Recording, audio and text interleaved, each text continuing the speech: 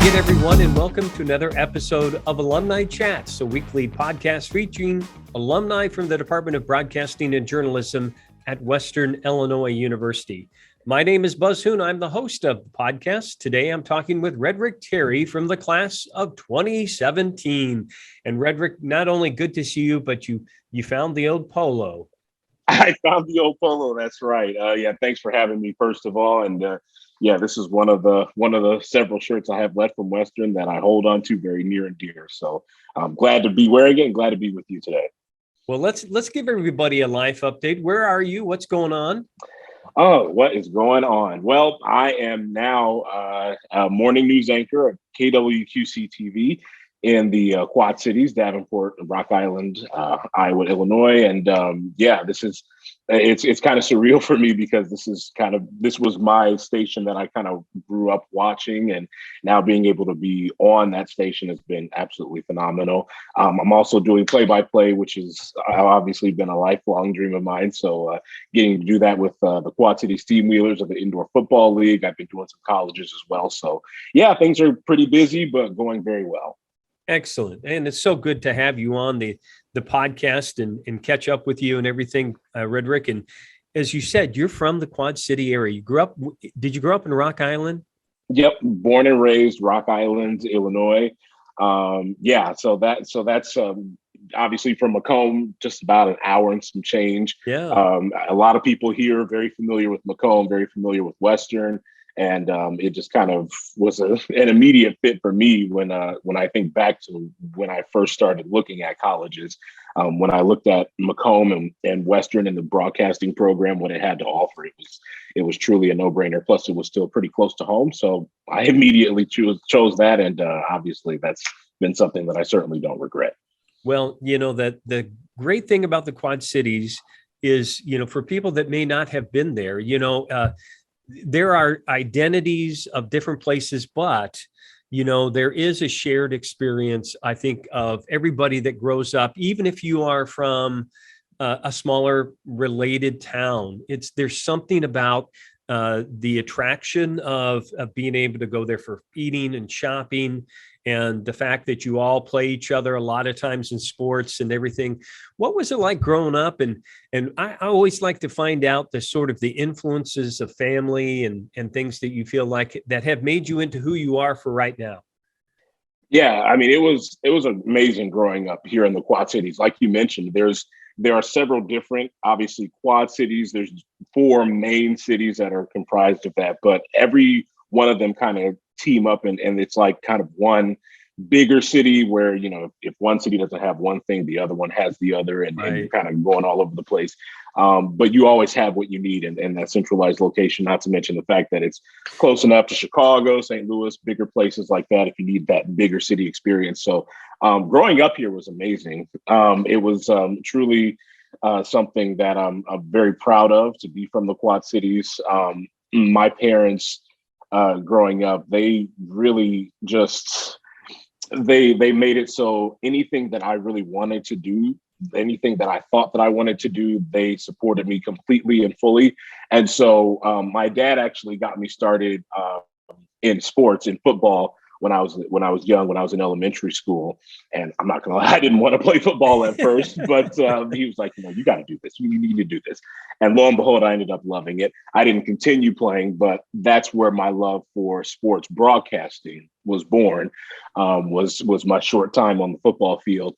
Excuse me. And so again, kind of fast forwarding a little bit to when I was looking for colleges and things like that, I came across the Western Illinois University broadcasting YouTube page, and I saw all the different things that students were able to do, work on the newscast, and one in particular, there was a clip from, I think it was the 2011 homecoming football game, and I just remember that there was this big play at the end of the game where Western took the lead. The students in the booth are going crazy. I mean, I just remember thinking about that and looking at it thinking, man, I want to be a part of that. That's what I want. That's my dream. And that's when I realized that the Western Illinois University Department of Broadcasting was the place for me, because I would get to live out that dream in process of actually trying to make that a reality as a career full time. And so it was almost fate when I came across that, because I thought that's exactly what I wanted. And eventually we ended up making it happen. So that's kind of how it started for me. So you got, and I didn't know that you got sort of that love of sports from your dad, which is interesting, because I think that's sort of a thing that sons and fathers share together sometimes, and sometimes it's moms too. But you know, you share that, and that kind of grows. But you know, you have a real talent for speaking. Where do you think that came from, and when did you realize that, you know what, I can really tell stories well? You know what? It really didn't click with me. I don't think until I ended up at Western, until I ended up getting away from, you know, kind of my everyday normal life, if you will, in the Quad Cities. You know, obviously I have my parents and my, at the time, 3 siblings, 2 more came along while I was at Western Illinois. But just being away on my own, and just out of the normal experiences of my everyday life, I think that really propelled me to be able to be like, okay, listen, you're going to have to start speaking up, first of all. And second of all, you're going to have to really tap into some of these skills that you want to have, but you're not necessarily sure how to use. And I think it was being on my own and learning from you and the rest of the fantastic broadcasting department that really taught me to be able to use my voice in that way that I do today. That is amazing, because you know, you came in guns a-blazing. I mean, everybody said, you know, you were a natural, but you had never done anything in high school up until that point. Nope, not one single thing. You know, I was I'm very proud to have gone to Rock Island High School and graduated from there, but we didn't have any type of broadcasting programs of any kind. I think I ended up doing the morning announcements for a couple of months, but other than that, I really hadn't had any type of experience related to that until I got to Macomb. I knew it was what I wanted to do, but I just didn't know how to do it, and I didn't have any experience in doing it, and that's what Western afforded me. Well, you know, just to let you know, in the spring semester, we had a virtual conference with some of the Rock Island High School counselors. And when I brought up your name, they all just lit up, and they were all like, you know, he still comes back and he speaks to our students. And, you know, it says something about your character that you still want to go back to that school, and you want to make a connection and maybe inspire a young person, even though, you know, as you said, you know, there wasn't anything maybe set up for you, but you have this ability and this understanding about giving back.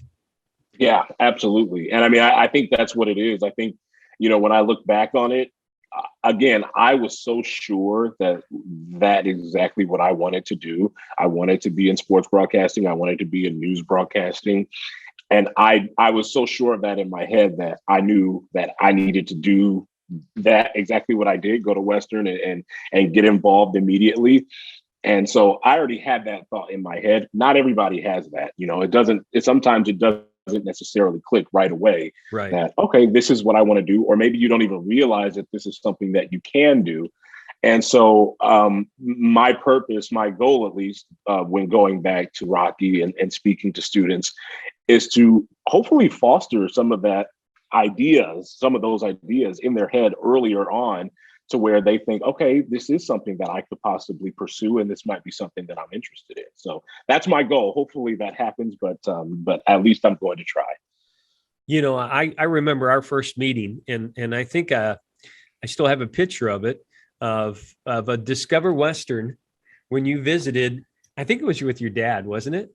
Mm-hmm. I was with my mom and dad. Yeah, both your mom and dad. Okay, yeah. And I remember thinking, okay, I need to get this young man to come here and be part of our team. And as you said, you know, you came in freshman year. Tell me what it was like and getting involved freshman year. What was the first thing you remember doing in Salee Hall, for example? Well, I'll tell you, it was terrifying at first. And, it was just, again, getting out of that comfort zone that I was so used to, that everybody's so used to as they first enter into college. What was the first thing I did when I went to Silly Hall? I think I just kind of did a couple of laps because I'm like, wow, I can't believe that I'm here. It was a really surreal experience. And, I can picture it clear as day, as though I was there yesterday, of walking around the halls, and to one side there's the Dog Studios, to the other side there's the News 3 studios, and all the classrooms surrounding it. And I just remember that atmosphere of, wow, everybody here is together. There's a lot of togetherness in the building. I think everybody kind of shared just a common goal of just trying to make it in this industry and trying to learn as much and get as much experience as we can before we move on to the real world. And so I think once I kind of got that vibe from it, I think it became a whole lot easier than obviously going through some of the classes, and then getting some of that hands-on experience really made it, a blast, a true blast to work with. It was truly some of the best 4 years of my entire life. So it was an adjustment period for sure, Yeah. but it once it hit, it went going, and it got going quick. Were you part of the T5? Were you part of the Living Learning Community floor? Yes, I was T5. Yes, and a lot of those guys that I lived on the floor with, I still talk to this very day. So those experiences were just incredible. They're just a great group of guys, and I'm really, really honored to have been able to be with them. Yeah, it's amazing how, you put a group of people together on a floor like that. You're never sure how everyone's going to gel, but you go through 4 years, and you're, as you said, even beyond that, where friendships are built and maintained and continued. Yeah, it's truly incredible. I think of, when you say that, I think of just a few months ago. You mentioned Emily Manley earlier. Now Emily Finer, as she's been married to Adam Finer, another member of our broadcasting crew back in the day. And I just remember being at that wedding and thinking, wow, we saw this happen, from the very beginning. We were all freshmen at the same time in 2013, and to think several years later, here we are. Watching them get married is truly something special, and it's really something that you're proud of, because these are lifelong friends. We've all been away from Western for several years now, and here we are, still being able to get together, be able to talk on a mostly daily basis, and obviously to be there to share that really special moment for them. It just is pretty emblematic of what that experience is like when you're there. Again, like you said, with a group of people, you become close with those shared experiences, and it's a relationship that lasts a lifetime. Now, for those that don't know, when you were an undergrad here, you won the best play-by-play in the nation for 2 years. 2 years you won that award in the nation. And I say that, and of all the times, and we've talked plenty of times, I don't think I ever asked you, what was your favorite sport to announce? Oh, it's funny because football, like I said, that was the first sport that my dad introduced me to. I think football has always been my favorite sport, but my favorite sport to announce, I think, is basketball. Really? Because it's so fast paced, right? It keeps you on your toes. You never know what's going to happen. It's one side of the floor, up, down the next side of the floor. So I think basketball is probably my favorite one, even though football is probably my favorite sport overall. So, That, and what I remember from your announcing was you were able to, and I don't know how you managed to do this. You managed to keep the same level. It was always, you were throwing a lot of words together, doing a lot of great descriptions of what you're seeing, but you never really got too emotional. You were able to, which a lot of young announcers, unfortunately, sometimes they go with, the emotions of what happens. Did you ever realize that? And how did you maintain that sort of announcing style? I'm not sure I ever fully realized that, but, one of my things that I really focused in on, and this was even well before I went to Western, is getting a group of examples, like, picking 3 to 5 play-by-play announcers that, I love these guys. I love their style. This is the style that I kind of want to base my style off of, not necessarily copy, but just kind of base my style off of.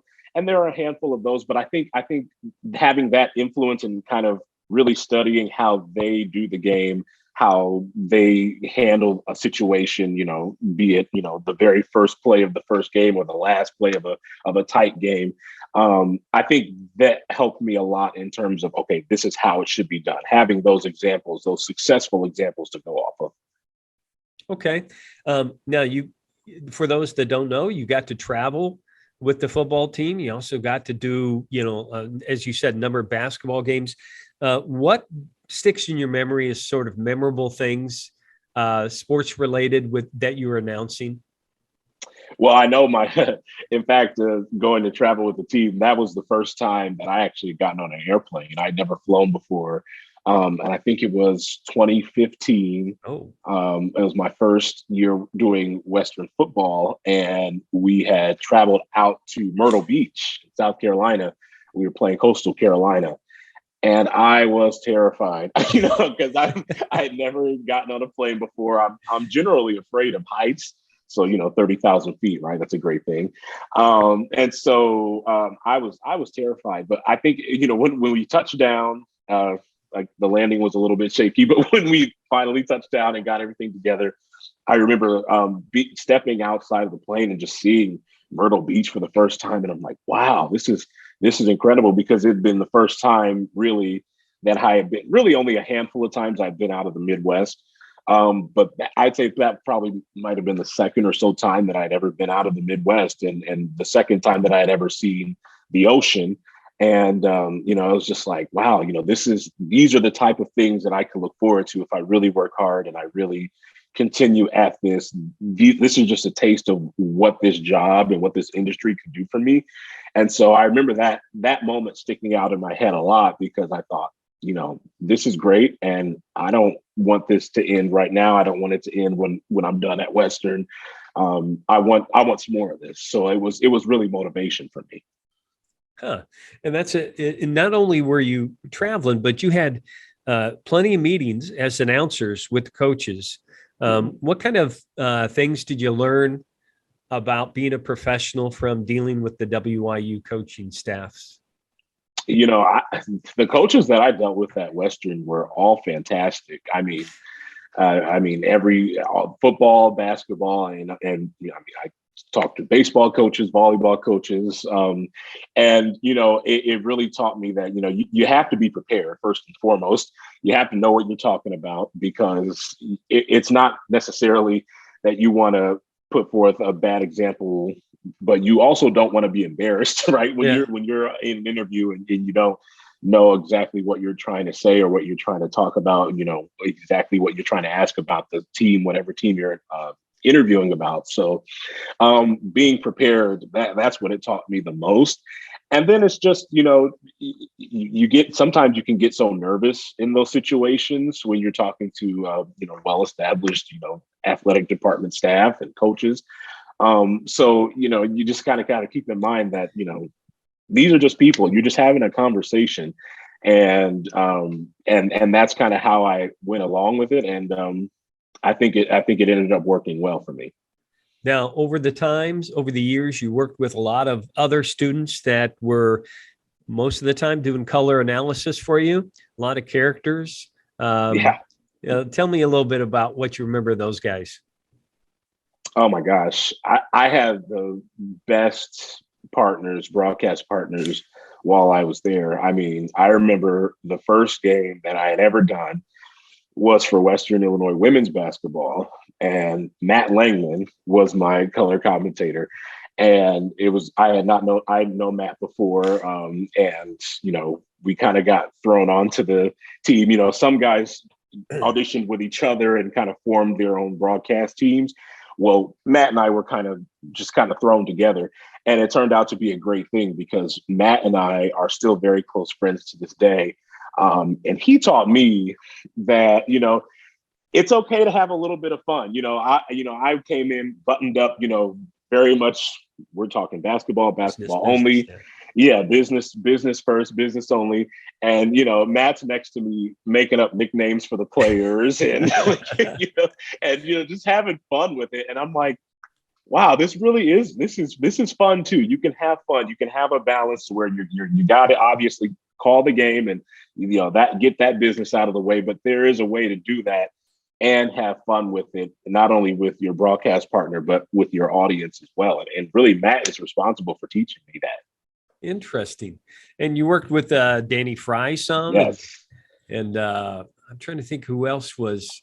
Let's see. I worked with Danny Fry. I worked with William Turkington on men's basketball as well. And so those are my three main color commentator partners. But yeah, they all taught me something along the way. I mean, and I'm still in contact with them as well. So it was really a great experience. Now, at some time, for those that don't know, even though you were our prize pupil for sports announcing, somebody got their claws into you and said, "Hey, you should try some news." How did that happen?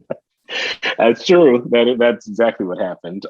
Well, Emily Manley, we talked about her before. We'll bring her up again because she was, I think, as focused as I was on play-by-play and sports coming into it, she was that way toward news immediately as she came in. And, she took charge almost immediately. It was really incredible to see. And, I'm kind of doing my thing, my play-by-play thing. And Jasmine Crichton reaches out to me and says, "Hey, you should think about doing news." And I thought, I like news. I've always watched the news. I was always that like really young kid, like 7 years old, watching the news. Like my mom's friends would come in and they would look at me like, "Is your kid watching the news right now?" Like that was the type of kid I was. So I always had a love for news, but I never really thought about doing it until Jasmine and Emily really approached me and kind of tag teamed me. They were like, you need to do this. This is something that even if you don't necessarily enjoy it, I think you need to try it at least. And I did eventually. It took until senior year to do it, but I eventually did. And I remember the first, my senior year that started, it was 2016. So it was an election season. And I remember covering the elections live for News 3. And I thought, man, that's fun. That was really, really cool. And it led to me really getting an internship with the station that I ended up getting a job at right after college. And it really just started for me a love for news that I never even really knew I had until I was forced basically to, again, step out of that comfort zone and try things that, you might not ordinarily try. And it's turned into a career for me, quite literally. And that's what I was always amazed by that group of people that you were cohorts with, that you were willing to try something. And I remember they put you at a candidate's house or something, didn't they, for the election? Here, welcome to news. Now go out and do live reports from a candidate's house. And that's just the way you all attack your experience, where you're given that. But that was true with everybody. That was such a group of people that would, all of a sudden say, we need to have a live sports show or, some sports show talk, that we could beat other state schools in our competition. Yeah. I mean, it was incredible. That group, I mean, Emily Manley, Megan Sanchez, Bree Descartes, so many other people as part of that group. I mean, Danny Fry and Emily and I and Megan, we basically started that sports show, Local Sports Focus. And it was so that, hey, we saw, I don't remember which awards ceremony it was. I think it was Simba. Was it Simba? It might have been Simba. Yeah, I think it was one of the state ones. And I thought, and I remember the thought process was, we can do that. We saw somebody similar doing it at a different school, and we thought we could definitely do that. We have all the resources and we have the people that we know that can do it. And we did. And we were very proud of that show as well. So, but that, it just speaks to the drive of that group, of my co-students. It was truly incredible to be part of. And that was, I think of it sometimes like that all-in approach, sort of where, you guys were working hard on your different news and sports shows, You were helping me recruit new students. You were, and I was very proud that you liked to hang out with each other. And maybe just because you were in Salee Hall for so long, there was nobody else to hang out with afterwards, that you all like to hang out with each other. Yeah, and that was the best part of it all, really, is that, we all had these shared experiences. We all were in Salee taking the same classes, doing some of the same things, news and sports. But you found out really quickly that, wow, these are really great people too. Yeah. These are people that I want to be around. These are people that I want to be around outside of News 3, outside of sports.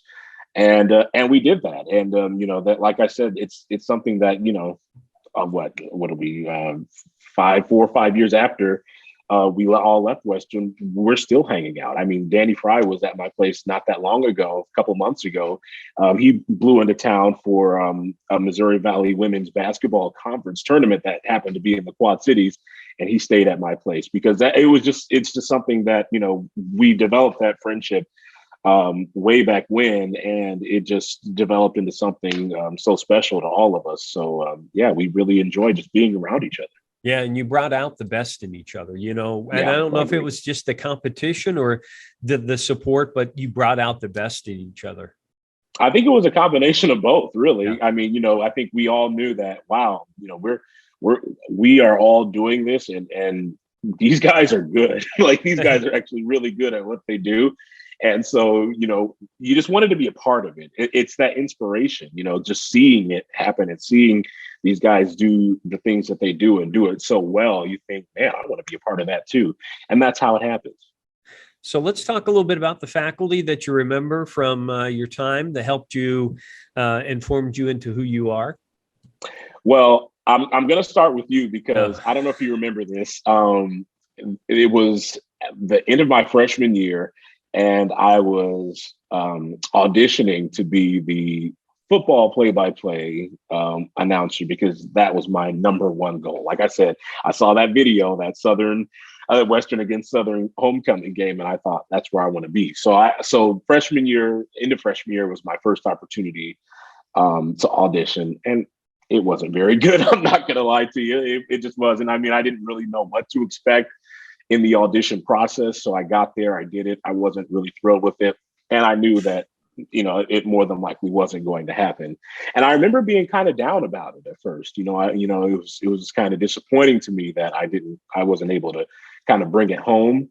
And then I remember you coming up, and I was on one of those couches in Salee, and in the Salee hallway, and you were like, hey, there's a position for radio football sideline reporter.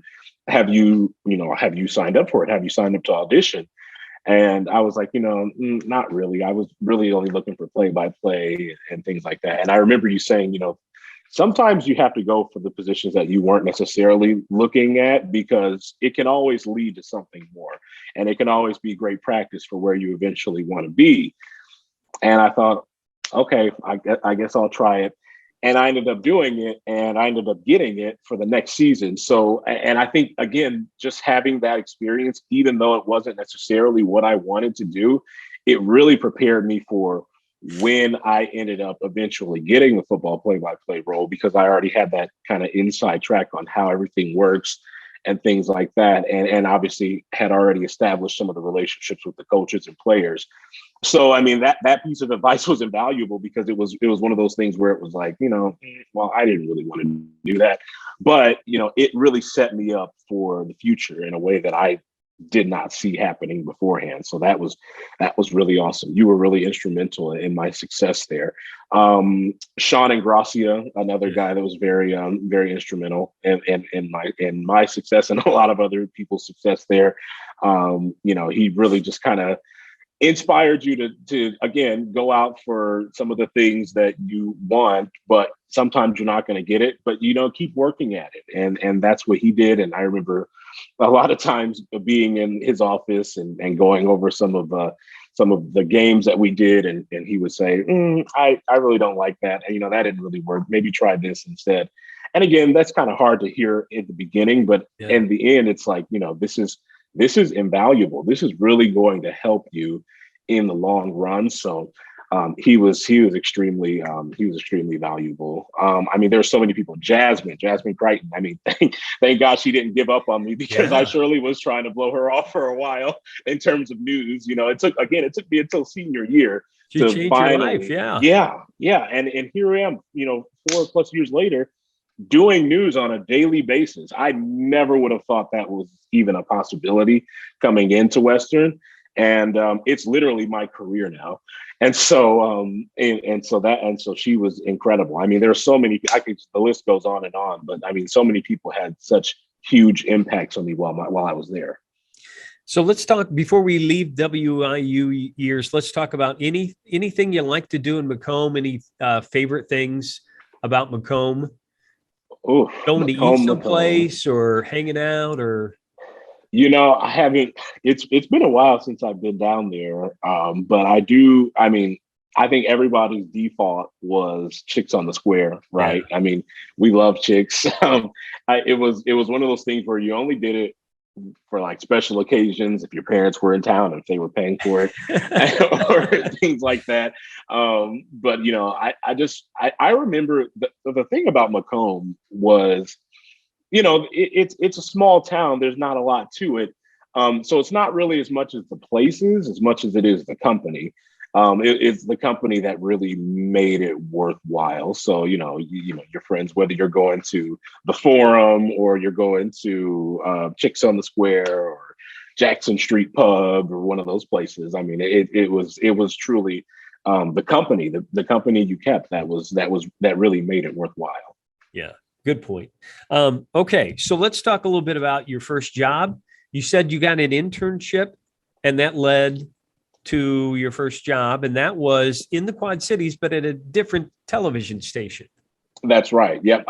So going into my senior year, the summer going into my senior year, I ended up getting an internship at WHBF-TV, and that is actually in my hometown of Rock Island.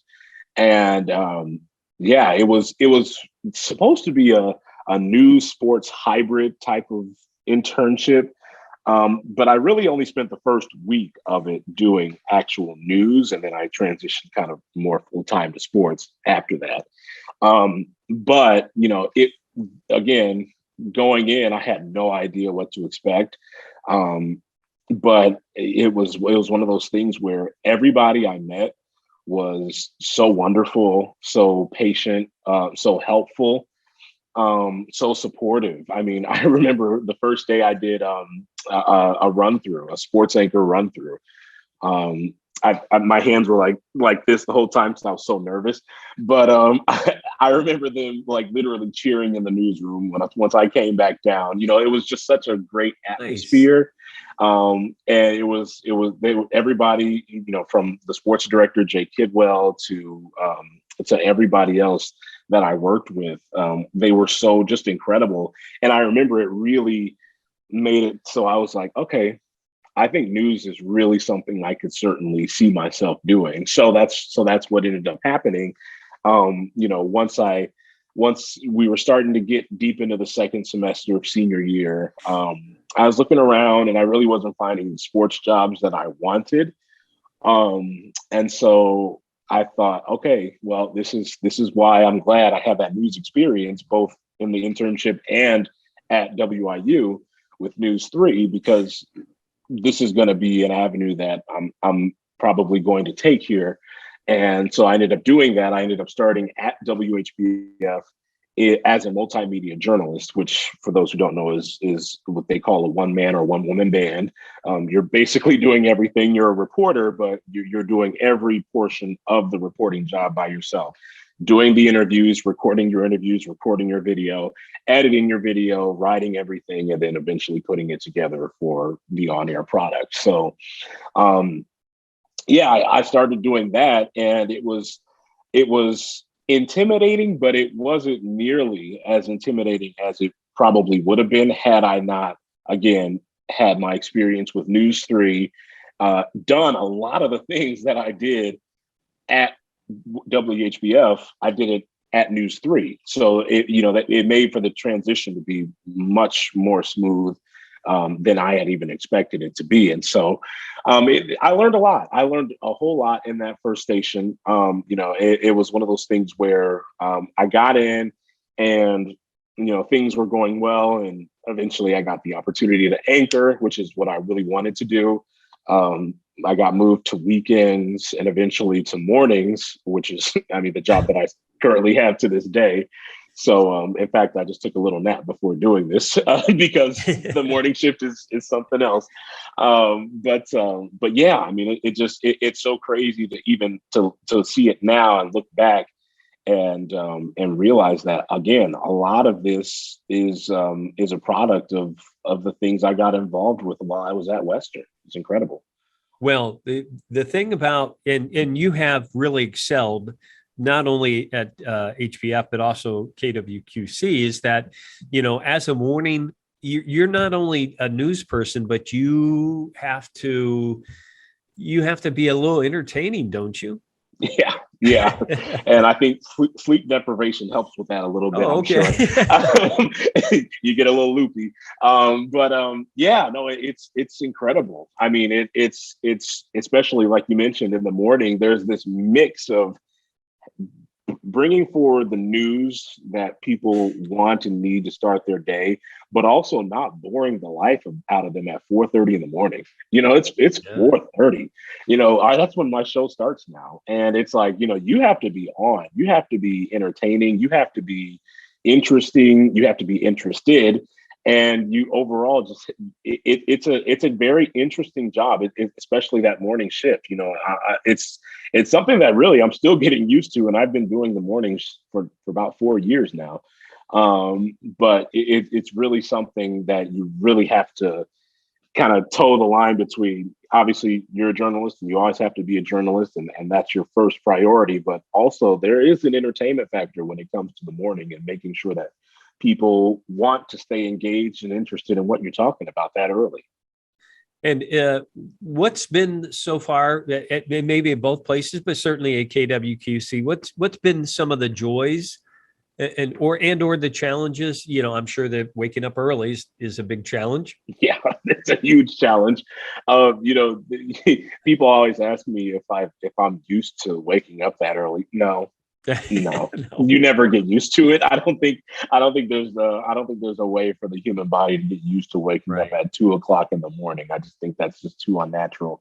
But one of the joys for me, and this is true at both stations, is that there's a certain bond that you get in the morning, kind of like what we talked about at Western, where everybody has that same common shared experience. Everybody in the building at the time of the morning show has been up since, midnight, 1, 2 a.m.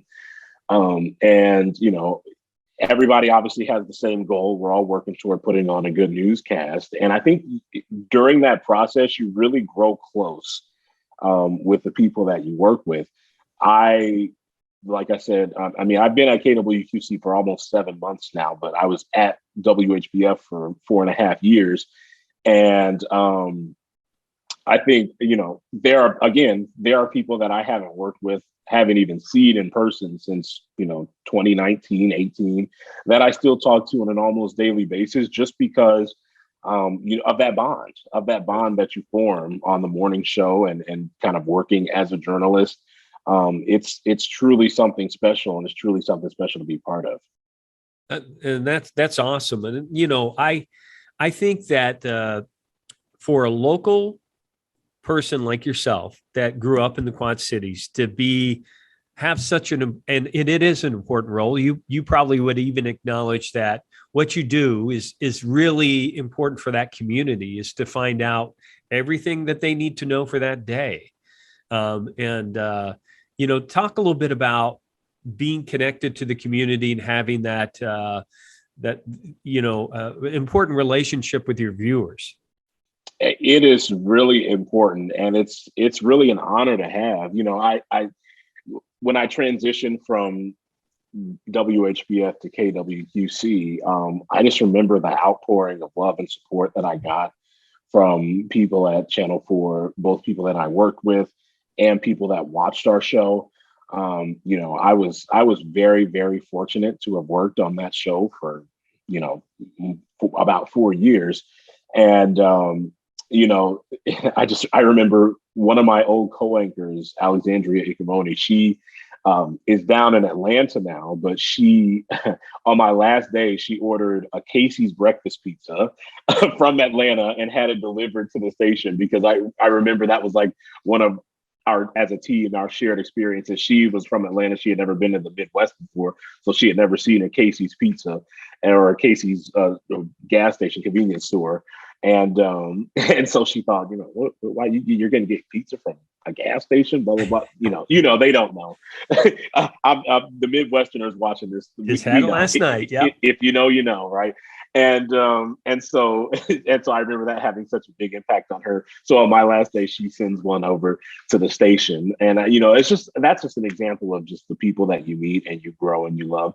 And then with the audience, it was truly special, because you think, who is up at 5 a.m., watching the news? But there are a lot of people who, start their days early, especially in these more rural, ag-driven communities. A lot of people get up early to go work on their fields and things like that. So, there are a lot of people that are up watching, and, you kind of don't realize that until, it's a moment of where you're moving jobs, or when you're in the Hy-Vee and somebody comes up to you and says, I watch you every morning. It really is, it's something special to be a part of. And I'm so grateful to have been a part of it for this point, for this long at this point, and to still be a part of it today. And somehow you are still able to notch out a place in your life for sports announcing. Yeah. And I don't know how you do it, but talk a little, you got this great opportunity with the, now it's indoor football league, right? Yep, that's it. Okay. Yep. I don't know how I do it either, but I just do it. So the Quad City Steam Wheelers, which they're an indoor football league team now, but they used to be in the old Arena Football 2 league, right? That has since folded, but so they've been around since the early 2000s. And so, I remember going to those games when I was a kid and enjoying those. And, it just so happens that, one of my first couple months, I think, at KWQC, I get a message on Twitter asking me if I wanted to interview to be the play-by-play voice of the Steam Wheelers. And I thought, whoa, that came out of nowhere. I can't believe that.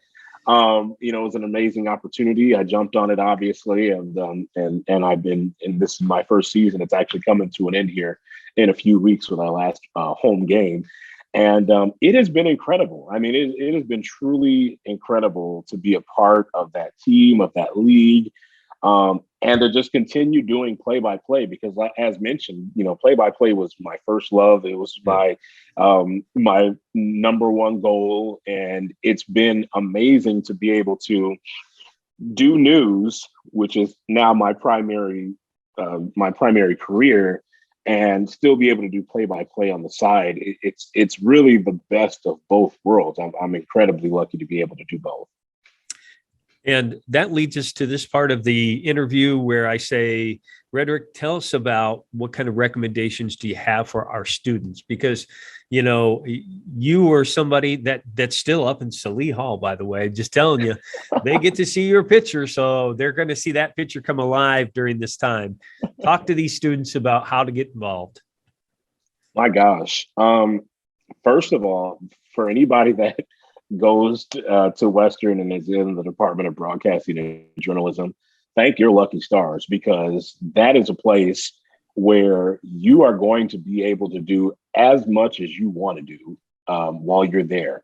And it's going to set you up for a career unlike anything that you will ever probably go through. I mean, it's truly a one-of-a-kind program in the sense that, you can start doing things, getting hands-on experience right away. I mean, I remember October of 2013, after I just gotten there in August, I remember doing a Macomb High football game against the Illini West. I'll never forget that. And it was just incredible, because I thought, man, this is not normal. This is not the norm. This is not something you're going to get everywhere else, where you can be a freshman and you could be putting on a headset a month into your time at school. So, I mean, it was truly incredible. So, I mean, I think it's a matter of, if you know what you want to do, go for it immediately, because you will have the opportunities to do it. But also keep your eyes out for any other opportunities and any other ways to get hands-on experience. Because again, it took me 3 years at Western before I started getting involved in news. And now here I am 5 years into a news career. It's truly, and it was a direct result, again, of my experience at Western, my time doing News 3 newscasts and live reports and things like that. So get involved as early as possible and get involved with as much as possible, because you never know where it can lead you in the end. Well, it's been so great catching up with you, Redrick. And, I'm just insanely proud of you, and so glad that you came to our program and enriched all of us with your talents and your skills. And I'll be forever grateful that you were part of our program. So just want to say thank you for being on the podcast, and good catching up with you. Oh, Buzz, the pleasure was all mine. And truly, I mean, I can't understate it, how much of an impact you've really had on me during my time at Western. I'm sure you hear this a lot from other students, but you really did. You taught me so much, as well as the other faculty there. And, I do remember, obviously, like I mentioned, me being in the Quad Cities my entire life, I was very used to this one way of life before going to college, which is kind of the whole college experience, is to kind of learn and grow. But, I remember it being very tough for me leaving my family at first, because, I had grown up living with my mom, and it was me and my mom and my brother. And so I actually remember the first move-in night. My mom and my brother and I literally hugging and crying in the Tanner Hall parking lot, That's North right. Quad parking lot. But we got it together, and my mom said, "We'll see you," and she left. And the only reason she was able to do that is because of the Discover Western that we went to, and when we met you, and when we saw how much you really cared about your students, your prospective students. That meant a ton to my family. So on behalf of my family, I want to say thank you for everything that you have done, not only for me, but for all of your students. And, I'm just so happy to have been a part of this. Truly. Thank you. Well, thank you. And now it's going to be really hard for me to say the outro here, Redrick, but I appreciate that. You never know how much I appreciate it. Okay. So thanks to all of our weekly viewers out there. Remember to keep watching and listening to our podcast, and we really appreciate everyone's support. So until next time we talk, stay safe, take care, and God bless.